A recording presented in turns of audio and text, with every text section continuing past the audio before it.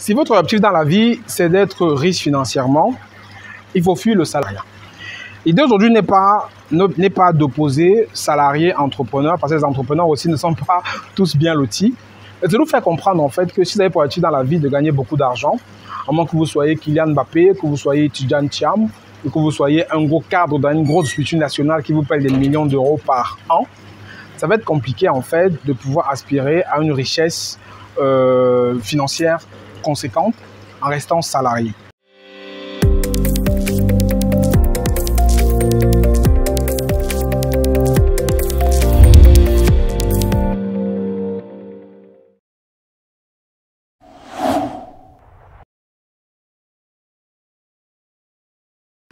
On va prendre le cas ici d'un cadre moyen qui vit en France, en Allemagne, voilà, en Belgique, parce qu'en Italie, les salaires sont beaucoup plus faibles.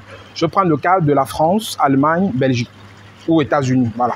On va prendre ces cas-là, mais on va rester en France parce que c'est le cadre que je connais le mieux. Donc, on va calculer en fait ça, et je vous allez comprendre en fait que c'est compliqué de pouvoir amasser une vraie fortune en étant salarié. Donc, si on prend le cas, on va dire que c'est un cadre moyen, un couple de cadre moyen, le mari est ingénieur et la femme aussi a un travail, peut-être un travail d'infirmière ou un travail aussi peut-être d'ingénieur aussi, hein, voilà. Et on va dire qu'à deux, ils gagnent 5 000 euros. À deux, ils gagnent 5 000 euros. Donc, c'est les salaires en moyenne des jeunes cadres. Hein. Le mari va gagner entre 2 800 et 3 000 euros. La femme va gagner 2 000 euros dans ces zones-là.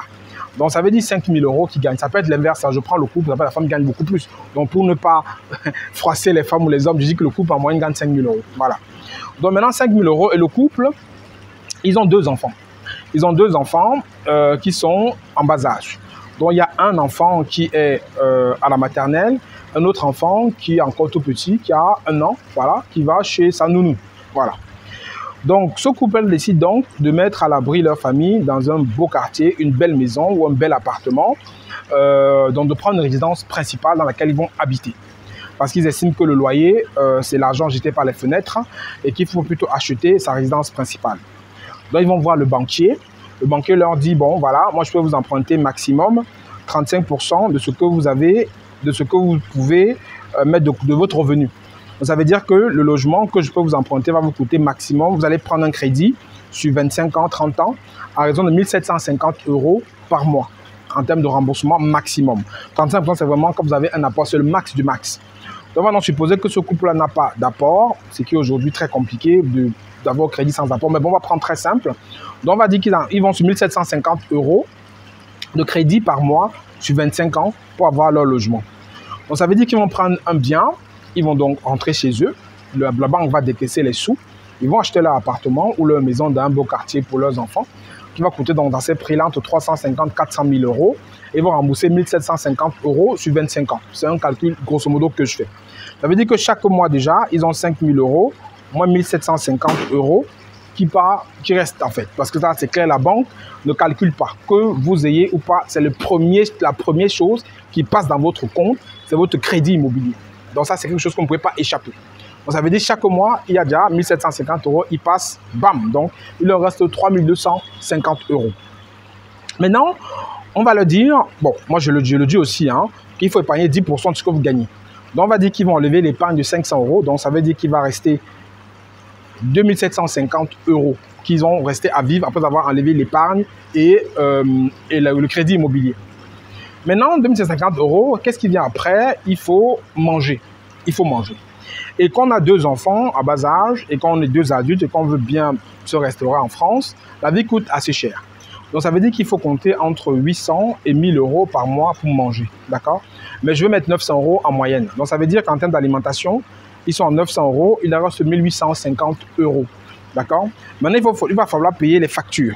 Payer des factures, les factures obligatoires comme l'eau, le téléphone, l'électricité, l'assurance pour la maison, l'assurance pour la voiture. Il va falloir payer tout ça. Donc, on va dire qu'ils ont optimisé maximum. Tout ça va leur coûter 600 euros. Et là, je suis même gentil. Ça fait moins 600 euros. D'accord? Ça fait 1250 euros qui reste. Maintenant, il y a un véhicule, ou il y a peut-être 2 véhicules. On va supposer qu'ils ont un véhicule pour faire simple. Parce qu'il y a 2 véhicules, ça va encore être plus compliqué. Donc, ils ont un véhicule que peut-être madame ou monsieur conduit au quotidien. Et ce véhicule-là, il faut mettre de l'essence dedans. il faut prévoir les pannes, il faut prévoir les entretiens. En fait, que leur véhicule leur coûte 300 € par mois. Et là encore, je suis gentil, d'accord, 300 € par mois. Ça fait moins 300 € par mois, ça veut dire qu'il leur reste 950 €, d'accord. Maintenant, il va falloir payer les enfants, s'occuper des enfants, parce que les enfants, si vous êtes en bas âge et que vous travaillez, vous allez forcément le mettre à la crèche ou avoir une nounou. On va prendre le cas où il met les enfants à la crèche et l'autre reste à ce qu'on appelle la garderie le matin et le soir, comme les parents travaillent. Donc, on va dire ces deux enfants, je vais prendre un cas très simple. La crèche, si ils ont une crèche municipale, ça va leur coûter dans les 350 € pour le petit. Et si on va encore l'autre, celui qui est en maternelle, ça va coûter à peu près pareil. Donc, pour les deux enfants, vous allez être entre 500 et 600 €. Après, le quotient familial rentre en compte. Vous n'allez pas payer moins que ça. On va dire que vous allez payer 600 € pour les deux enfants pour les garder. Ça fait 350 €, d'accord, qui va vous rester. Maintenant, les enfants, il va falloir qu'ils aient quelques distractions. Il va falloir les habiller. Il va falloir vous-même vous habiller. Il va falloir peut-être que monsieur ait sa petite tontine. Il va falloir en fait que vous ayez, voilà, quand même une vie au-delà de ce qui est là. Donc, il vous reste 350 €. Donc, en vous restreignant, même au maximum, même vous allez taper dans l'épargne de 500 €, vous aurez 850 € qui va rester. Vous devez faire tout le reste dedans. Prévoir vos vacances, prévoir les imprévus, tout ça. Vous pensez que c'est avec ça que vous allez pouvoir devenir riche financièrement? Soyons sérieux. Non, ce n'est pas possible en fait. Vous avez vu en fait que même on va dire que vous allez épargner les 500 €. Vous avez réussi à vivre de façon vraiment comme des personnes très, très sérieuses, très restrictives. Avec 350 €, vous avez tout bouclé. Vous avez réussi à épargner les 500 €. On va, supposons même, ce qui est très difficile. Donc 500 €, vous avez réussi à épargner ça. Voilà. Vous avez par an 6 000 € d'épargne. 500 x 12, 6 000 € d'épargne. Les 6 000 € d'épargne, vous allez dire que vous placez dans l'immobilier, vous placez peut-être dans un placement, je ne sais pas, en France ou en Afrique. On va dire que vous allez placer ça en France. 6 000 € dans l'immobilier. 6 000 €, on va dire que vous allez peut-être il faut économiser au moins 2 ans, avoir 12 000 € pour pouvoir faire un premier crédit pour investir dans un appartement. L'appartement, quand vous allez payer tous les charges, tous les impôts, vous allez être maximum à 6%. Je dis maximum, hein, 6% net qui va entrer dans votre poche, cash flow. Même si vous faites n'importe quel principe, LMNP, vous allez tourner à du grand maximum, 8 à 9%, voire 10%. Donc ça veut dire que vous allez investir 12 000 €, vous allez avoir peut-être, on va dire 1 000 € par an ou 1 200 € par an qui rentrent dans votre poche. Vous le faites même sur 10, 15, 20 ans. Peut-être ça veut dire que vous aurez le million. Il vous faudra combien d'années? Parce qu'il faut oublier, comme vous allez prendre un bien, ce ne sera pas le vôtre, ce sera un bien qui a crédit. Vous aurez un crédit à rembourser. Et quand on dit crédit à rembourser, le bien ne vous appartient pas, hein, ça appartient à la banque. À la moindre défaillance, on vous prend ça. Donc, vous pensez que c'est avec ça, ce rythme-là, que vous allez pouvoir avoir la richesse financière? Non, ce n'est pas possible en fait. La voie du salariat n'est pas celle qu'il faut privilégier. Par contre, qu'est-ce que moi je recommande? Moi, je recommande en fait d'abord d'investir sur soi. Ça, c'est la première des choses. Avant de faire toute chose, avant même d'investir dans l'immobilier, investir dans ce que vous voulez, il faut investir sur soi pour développer vos compétences. Parce que si vous souhaitez même lancer une activité, si vous souhaitez même faire un business à côté de votre travail, ce n'est pas le diplôme qui va vous aider cette fois-ci, c'est la compétence que vous allez pouvoir acquérir et développer pour faire gagner de l'argent. Donc, première chose, c'est d'investir sur vous. Quand vous allez investir sur vous maintenant, vous pouvez investir par rapport à un business que vous voulez faire, investir par rapport à un investissement que vous voulez faire en bourse ou peu importe là où vous voulez investir. Donc, commencez à vous former sur vous pour pouvoir avoir des compétences que vous pourrez vendre. Par exemple, vous pouvez investir pour découvrir vos talents et peut-être vendre vos talents à des personnes sans pas vous payer pour ça.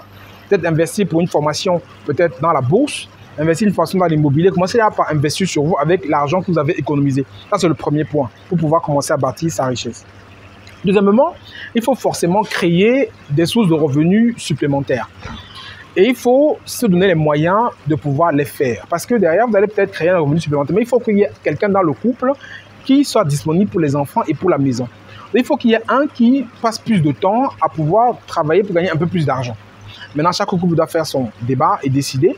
Parce que derrière, vous allez devoir faire des sacrifices. Peut-être il y a quelqu'un qui va travailler plus tard le soir quand il sera à la maison. Quelqu'un qui va travailler plus le week-end, quelqu'un qui va peut-être se déplacer beaucoup plus pour aller faire des affaires. Il faut faire un choix parce qu'on n'a rien sans rien.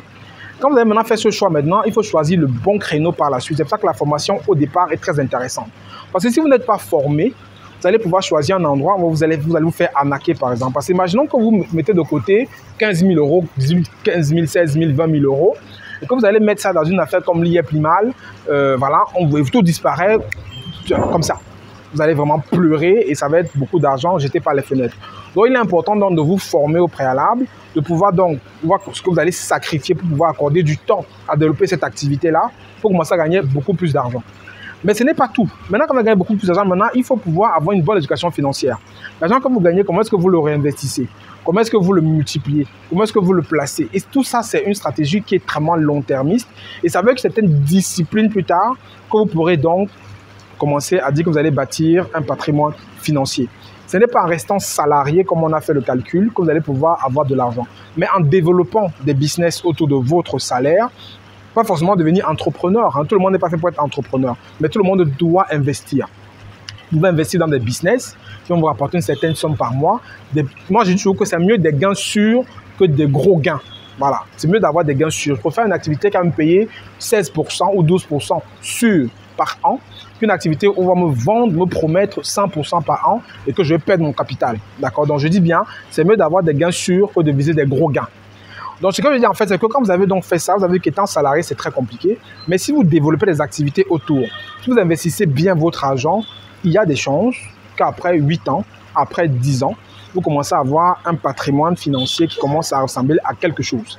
Parce que si vous investissez en intérêt cumulé, vous allez pouvoir avoir peut-être après 8 ans, après 10 ans, si vous avez investi 10 000, 12 000, 15 000 euros, vous allez avoir 30, 40, 50, 60, 70 000 euros. Après, il y a les placements fonciers immobiliers en Afrique qui rapportent beaucoup. Mais je veux dire, c'est en vous diversifiant, vous allez pouvoir bâtir un patrimoine financier et gagner de l'argent. Ce n'est pas en restant avec votre salaire uniquement que vous allez pouvoir gagner. Dites-moi ce que vous en pensez. Et si vous êtes dans ce cadre de salarié, que vous avez de l'épargne, que vous souhaitez faire travailler, vous avez de l'épargne mise de côté, que vous souhaitez faire fructifier, contactez nos équipes. On a des projets qu'on a initiés qui vont certainement vous aider à faire travailler cette épargne-là. Donc, au lieu de laisser votre épargne dormir à 2-3%, à servir à l'État français pour pouvoir faire des choses qui ne vous apportent rien à vous, vous pouvez investir avec impact sur des projets en Afrique qui vont vous rapporter des gains, je dis bien sûr, tous les ans. Donc, ça vous intéresse, vous pouvez nous écrire pour en savoir un peu plus et on sera heureux de vous renseigner à ces sujets-là. Donc, voilà un peu. Dites-moi ce que vous en pensez. Est-ce que vous pensez effectivement que, d'après ce que j'ai démontré aujourd'hui, est-ce que je me trompe? Est-ce que vous connaissez des salariés ou des couples qui ont ce niveau de revenus-là et qui sont riches aujourd'hui, sans bien entendu être héritiers? Mettez-moi ça en commentaire. Et retenez que si vous voulez vraiment avoir de l'argent, mettre votre famille à l'abri, ne comptez pas que sur votre salaire.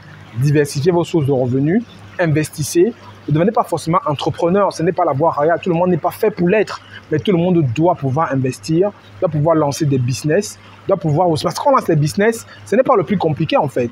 Tout le monde peut se lever le matin, aller prendre un bureau à la Défense ou peu importe, que sais-je, et mettre une plaque qu'il a créé son entreprise. Tout le monde peut le faire. Mais c'est faire travailler l'entreprise pour générer du capital, pour générer de l'argent, qui est une autre paire de manches. C'est ça que tout le monde n'est pas fait pour être entrepreneur, mais tout le monde doit avoir des business qui peut piloter, qui peut vraiment superviser. Mais si vous ne voulez pas faire tout ça, pensez à des placements, comme ce que je vous ai expliqué, que vous pouvez faire travailler votre épargne. Donc, on a des projets comme ça pour vous. On peut faire travailler votre épargne à des taux très intéressants, avec des partenaires qui sont solides, qu'on a sélectionnés sur le tard. Donc, ça vous intéresse, écrivez-nous par WhatsApp et on va vous accompagner. Donc, voilà, c'était pour la vidéo d'aujourd'hui. J'espère que vous me ce que vous en pensez. Et je vous dis à très bientôt pour une prochaine vidéo. D'ici là, prenez soin de vous. Ciao, ciao.